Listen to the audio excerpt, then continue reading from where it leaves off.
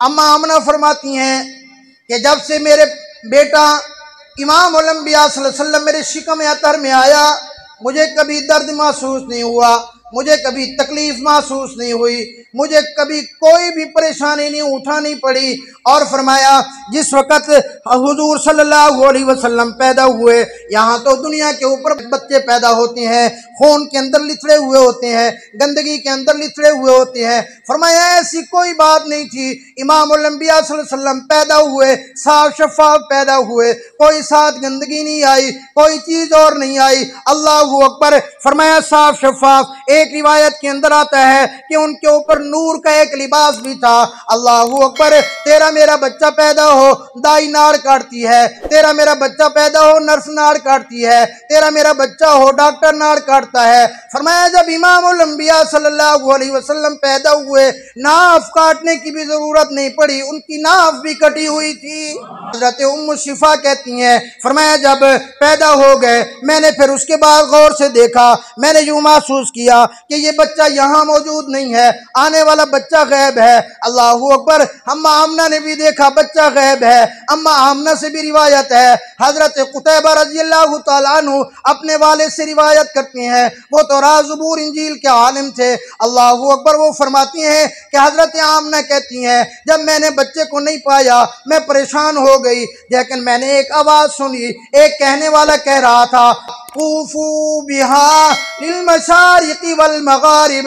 फरमाया इस बच्चे को ले जाओ, इसको मशरिक़ की सैर करा दो, इसको मगरिब की सैर करा दो, इसको शुमाल की सैर करा दो, इसको जनूब की सैर करा दो, इसको पूरी की पूरी दुनिया की सैर करा दो। लियारिफू बिस्मिही व नातिही व सिफातिही। फरमाया दुनिया वालों को इनका तारुफ करा दो, इनका नाम भी बता दो कि अल्लाह ने इसका नाम मोहम्मद रखा, अपने मोहम्मद को भेजा है।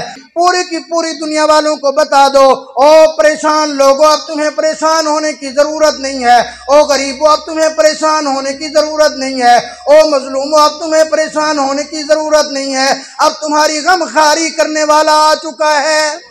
अम्मा आमना फरमाती हैं, फरमाया जब ये आवाज आई उसके बाद फिर एक बड़ी अजीब आवाज आई। फरमाया कहने वाले ने कहा कि इस तरह करो, ये जो बच्चा आया है इस बच्चे के अंदर अल्लाह के तमाम नबियों के सिफात को रख दो।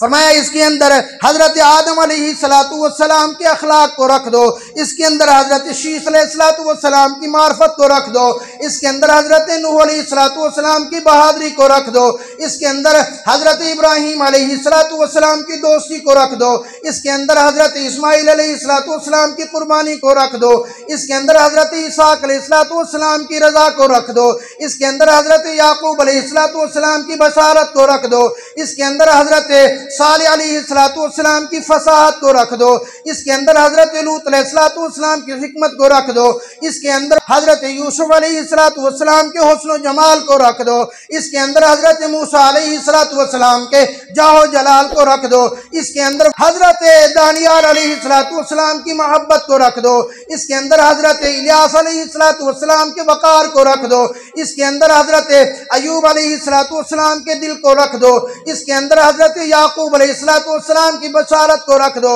इसके अंदर हजरत इदरीस अलैहिस्सलातु वस्सलाम की इताअत को रख दो, इसके अंदर हजरत याह्या अलैहिस्सलातु वस्सलाम की पाक दामनी को रख दो, इसके अंदर हजरत ईसा अलैहिस्सलातु वस्सलाम के ज़ुहद और तकवा को रख दो। गर्जे के 1,24,000 अंबिया अलैहिस्सलातु वस्सलाम के अंदर जितनी अल्लाह ने सिफात रखी हैं वो सारी की सारी सिफात इस एक बच्चे के अंदर जमा कर दो।